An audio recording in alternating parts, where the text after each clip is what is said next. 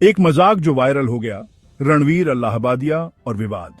रणवीर अल्लाहबादिया, जिन्हें beer biceps के नाम से जाना जाता है, एक बहुत ही फेमस यूट्यूबर हैं। वो एक बड़े विवाद में फंस गए। उनकी गलती, कॉमेडियन समय रैना के यूट्यूब शो पर एक कंट्रोवर्शियल जोक, माता पिता पर किया गया ये मजाक ऑनलाइन लोगों को गुस्सा दिला गया। सोशल मीडिया पर डिसेंसी, ह्यूमर और फ्रीडम ऑफ स्पीच पर बहस छिड़ गई। कुछ लोगों ने अल्लाहबादिया का समर्थन किया, कॉमेडिक लाइसेंस और कंटेक्सचुअल ह्यूमर का हवाला देते हुए, जबकि दूसरों ने मजाक को घटिया और अपमानजनक बताया। ये विवाद ऑनलाइन डिस्कशन से आगे बढ़ गया। न्यूज चैनल्स ने इस खबर को दिखाया और विवाद बढ़ता गया। पब्लिक फिगर्स ने भी अपनी राय दी, जिससे आग में घी का काम हुआ। ये घटना एक बड़े मीडिया स्टॉर्म में बदल गई और अल्लाहबादिया को बहुत बैकलैश का सामना करना पड़ा। इस घटना ने डिजिटल मीडिया के दो पहलुओं को उजागर किया। एक तरफ ये फ्री एक्सप्रेशन और ह्यूमर के लिए एक प्लेटफॉर्म देता है, दूसरी तरफ ये छोटे छोटे मजाक को भी बड़े विवादों में बदल सकता है। ऑनलाइन प्लेटफॉर्म्स की स्पीड और रीच की वजह से न्यूएंस या कॉन्टेक्स्ट के लिए बहुत कम जगह बचती है, जिससे अक्सर गलतफहमी और बढ़ा हुआ गुस्सा होता है। कानून का लंबा हाथ, फायर्स और एनसीडब्ल्यू समन। जैसे जैसे विवाद बढ़ता गया, स्थिति गंभीर होती गई। रणवीर अल्लाहबादिया के खिलाफ भारत के अलग अलग राज्यों में कई फायर्स दर्ज की गईं। आरोप अश्लीलता और धार्मिक भावनाओं को ठेस पहुंचाने से लेकर विभिन्न समूहों के बीच दुश्मनी को बढ़ावा देने तक के थे। एफआईआर्स ने मजाक से आहत लोगों की भावनाओं को दर्शाया। कई लोगों ने इसे आपत्तिजनक और आहत करने वाला माना। अल्लाहबादिया की मुसीबतें यहीं खत्म नहीं हुईं।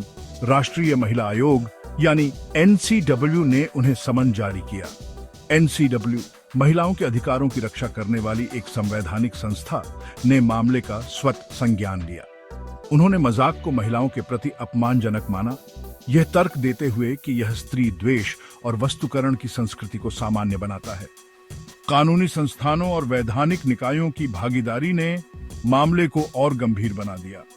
ये ऑनलाइन आउटरीच और पब्लिक डिबेट से आगे बढ़कर कानूनी जांच और संभावित परिणामों के दायरे में आ गया। एफआईआरएस और एनसीडब्ल्यू के समन ने डिजिटल एज में ह्यूमर, लॉ और सामाजिक संवेदनशीलताओं के जटिल संबंधों को उजागर किया। कई फायर्स दर्ज होना और एनसीडब्ल्यू का शामिल होना दिखाता है कि यह मजाक कितना ऑफेंसिव था। अब यह सिर्फ ऑनलाइन आउटरीच नहीं है, इसके रियल वर्ल्ड कॉन्सिक्वेंसेस हैं। संसद ने लिया संज्ञान डिजिटल मीडिया जांच के घेरे में। रणवीर अल्लाहबादिया विवाद संसद में भी गूंजा। इस घटना ने सांसदों के बीच गर्मागर्म बहस छेड़ दी। कई लोगों ने डिजिटल प्लेटफॉर्म्स पर आपत्तिजनक कंटेंट की बढ़ती घटनाओं पर चिंता व्यक्त की।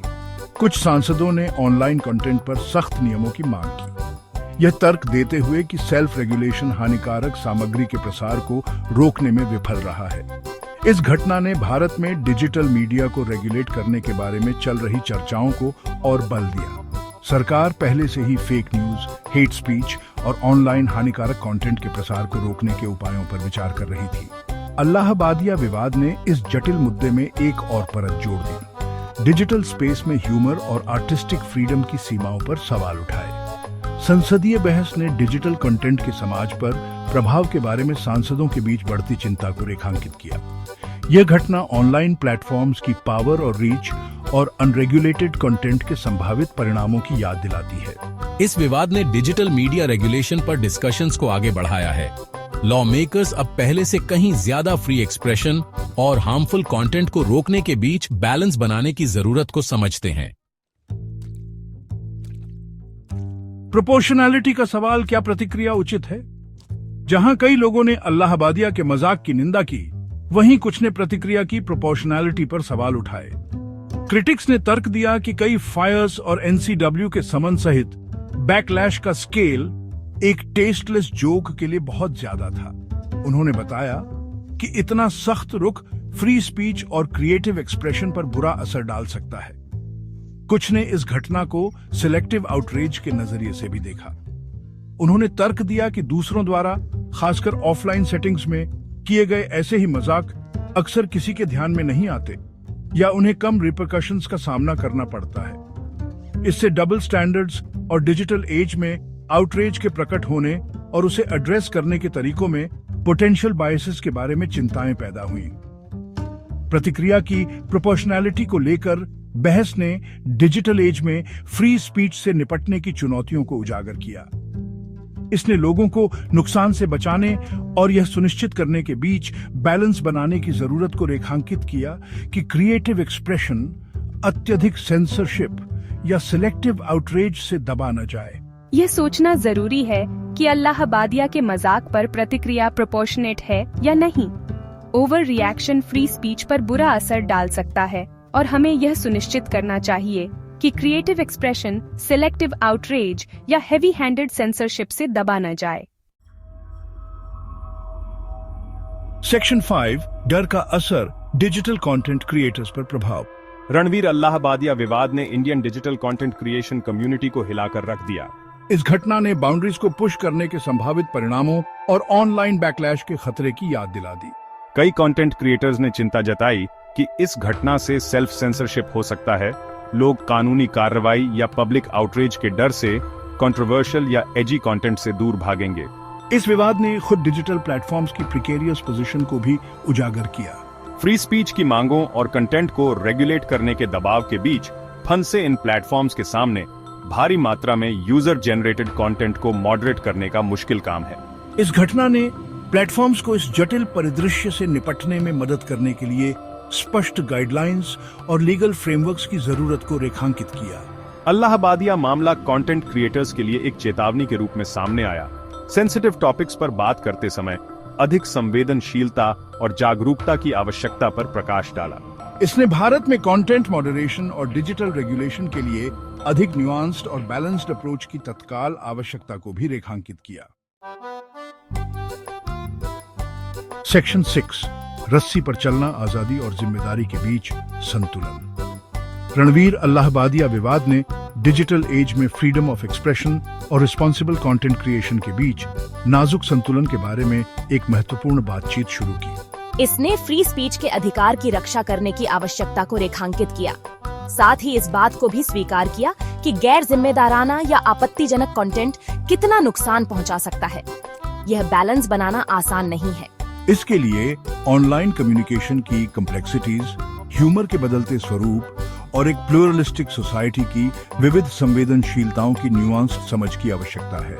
इसके लिए स्टेक होल्डर्स, जिनमें content creators, platforms, policy makers और पब्लिक शामिल हैं, के बीच ओपन डायलॉग और कोलैबोरेशन की भी आवश्यकता है। अंततः रिस्पॉन्सिबल ऑनलाइन एक्सप्रेशन की संस्कृति को बढ़ावा देने के लिए एक मल्टी प्रोंग्ड अप्रोच की आवश्यकता है। इसमें मीडिया लिटरेसी को बढ़ावा देना, क्रिटिकल थिंकिंग को प्रोत्साहित करना और विविध दृष्टिकोणों के लिए एम्पैथी और रिस्पेक्ट को बढ़ावा देना शामिल है। इसमें स्पष्ट गाइडलाइंस और रेगुलेशंस स्थापित करना भी शामिल है, जो लोगों को नुकसान से बचाते हैं, बिना लेजिटिमेट एक्सप्रेशन को रोके। सेक्शन 7 व्यापक संदर्भ, भारत में अश्लीलता और सोशल मीडिया। रणवीर अल्लाहबादिया की घटना भारत में सोशल मीडिया पर अश्लीलता और उसकी मौजूदगी के बारे में एक बड़ी बहस की पृष्ठभूमि में सामने आई। स्मार्टफोन्स और इंटरनेट एक्सेस के तेजी से प्रसार, खासकर पोस्ट 2020 एरा में ऑनलाइन कंटेंट कंजम्पशन और क्रिएशन में वृद्धि हुई है। हालांकि इस डिजिटल रेवोल्यूशन के कई फायदे हुए हैं। इसने अश्लील कंटेंट की एक्सेसिबिलिटी और इम्पैक्ट, खासकर युवा दर्शकों पर, के बारे में चिंताओं को भी बढ़ा दिया है। आलोचकों का तर्क है कि ऑनलाइन अश्लीलता के नॉर्मलाइजेशन का सामाजिक मूल्यों पर, खासकर युवाओं पर, हानिकारक प्रभाव पड़ सकता है। वे इस बात को लेकर चिंता व्यक्त करते हैं कि ऐसी कंटेंट में लोगों को आपत्तिजनक भाषा और इमेजरी के प्रति असंवेदनशील बनाने की क्षमता है, जिससे संभावित रूप से पब्लिक डिसेंसी और रिस्पेक्ट में गिरावट आ सकती है। ऑनलाइन अश्लीलता के बारे में बहस जटिल और बहुआयामी है। इसमें सांस्कृतिक संवेदनशीलताओं, जनरेशनल पर्सपेक्टिव्स और भाषा और ह्यूमर के बदलते स्वरूप को नेविगेट करना शामिल है।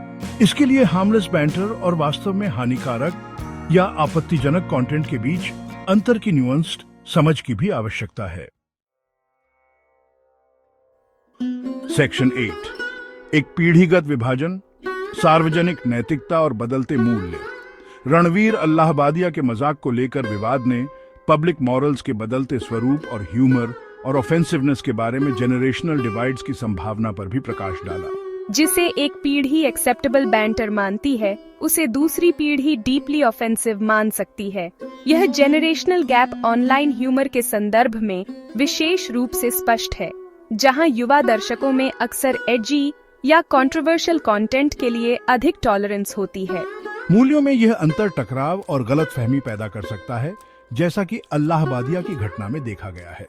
पुरानी पीढ़ियां, जो अक्सर मनोरंजन के अधिक पारंपरिक रूपों और सामाजिक मानदंडों की आदी होती हैं, उन्हें कुछ प्रकार के ऑनलाइन ह्यूमर घटिया या अपमानजनक लग सकते हैं।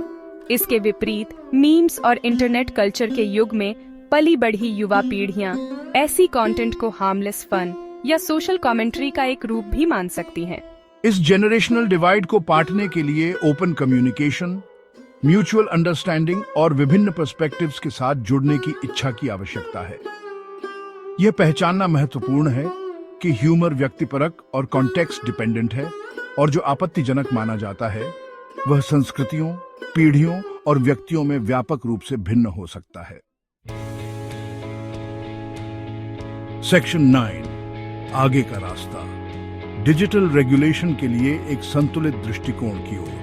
रणवीर अल्लाहबादिया विवाद भारत में डिजिटल रेगुलेशन के बारे में बातचीत में एक महत्वपूर्ण मोड़ साबित हुआ। इसने एक बैलेंस्ड अप्रोच की तत्काल आवश्यकता पर प्रकाश डाला, जो व्यक्तियों को नुकसान से बचाता है और साथ ही फ्रीडम ऑफ एक्सप्रेशन की रक्षा करता है और एक वाइब्रेंट ऑनलाइन इकोसिस्टम को बढ़ावा देता है। आगे बढ़ते हुए पॉलिसी मेकर्स, प्लेटफॉर्म्स और कंटेंट क्रिएटर्स को एक ऐसा फ्रेमवर्क बनाने के लिए सहयोग करना चाहिए जो डिजिटल एज की चुनौतियों का समाधान करे। इसमें कंटेंट मॉडरेशन के लिए क्लियर गाइडलाइंस विकसित करना, मीडिया लिटरेसी और क्रिटिकल थिंकिंग स्किल्स को बढ़ावा देना और रिस्पॉन्सिबल ऑनलाइन बिहेवियर की संस्कृति को बढ़ावा देना शामिल है। अंततः लक्ष्य एक ऐसा ऑनलाइन एनवायरनमेंट बनाना होना चाहिए जो फ्री एक्सप्रेशन को प्रोत्साहित करे, रिस्पॉन्सिबल कंटेंट क्रिएशन को बढ़ावा दे और व्यक्तियों को नुकसान से बचाए। इस नाजुक संतुलन को हासिल करना यह सुनिश्चित करने के लिए महत्वपूर्ण है कि इंटरनेट भारत में अच्छाई के लिए एक ताकत बना रहे, इनोवेशन, क्रिएटिविटी और डेमोक्रेटिक डायलॉग को बढ़ावा दे।